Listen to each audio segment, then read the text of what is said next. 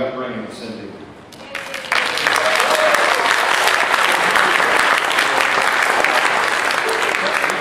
My favorite sound in life is Cindy and her chattering and laughing away in the kitchen on into the evening. The sound of Cindy's voice has always made me smile. One of my greatest memories is from a vacation we took in the Upper Peninsula when she was about 7. We were in Marquette riding bicycles along the shoreline. The sun was shining, the sky was blue, the temperature was perfect, and Cindy was just riding along, looking left and right at the beautiful scenery and humming away. She wasn't humming any specific song, just a happy melody. I can still hear it in my mind. It's the happiest sound I can imagine. A few years later, we were vacationing with my family on the west side of the state. We spent an afternoon on a river. My brother-in-law brought a couple of water cannons, and at one point convinced Cindy that she should ambush dear old Dad. I was floating peacefully along when all of a sudden I was drenched with what seemed like gallons of cold water. I jumped up off the raft, roaring with shock and outrage, only to see her standing 30 feet away, water cannon in hand, screaming with laughter, very proud that she had gotten the old man.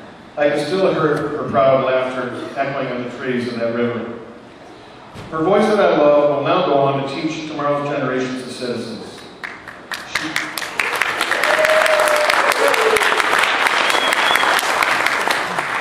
She loves teaching, and is one of the noblest occupations that someone can choose. She has the passion, the patience, and passion to find a way to reach each and every student that will come her way. I'm sure she'll excel at it. Cindy has always made us proud of her. She's excelled at the things she's applied herself to. Years ago, she won the Memorial Day Bike Parade dressed up in red, white, and blue. By the way, the Memorial Parade is tomorrow if you'd like to get you enrolled. She won so many state dance championships and even soloed in a few.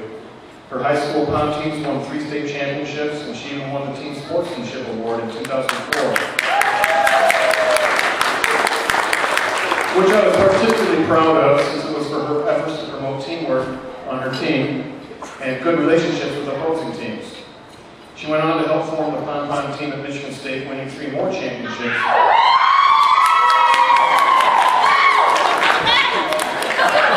And then becoming coach of that team.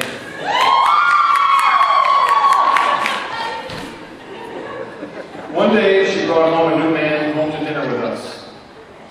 Adam and I talked about the usual guy things like the Lions and the Pistons. He was an intelligent, thoughtful, and polite young man who Evan and I took an immediate liking to. Anybody that knows me knows I like cooking. It turned out Adam also liked cooking, and his favorite Food Network celeb was the same as mine, Alton Brown. This was good. Adam's an ambitious young man. When he spent his first Thanksgiving with us, he told us about his plan to make some money off of the new Xbox 360. They were brand new on the market and in high demand. He was able to buy some at a retail price and sell them at a much higher price for Christmas on eBay. I thought to myself, an entrepreneur, I like that. Adam is now a computer software developer, and I couldn't be more pleased. Since I'm in the same business, it's always interesting to discuss the challenges of our industry with him. He seems to like making computers do what you want them to do, and he's very good at it. One day in my office, at the end of the day, I received one of the biggest shocks of my life. When out of the corner of my eye, I see this young man walk in. I was paying more attention to the email on my screen, and for a moment, I didn't recognize him, and thought he was some guy that delivers some machinery. A split second later, the realization came to me that the man in my office was Adam. Confusion swept over me. Why is he here? How did he get in the building? Is something wrong with Cindy? Or his parents? He got right to the point and asked my permission for Cindy's hand in marriage.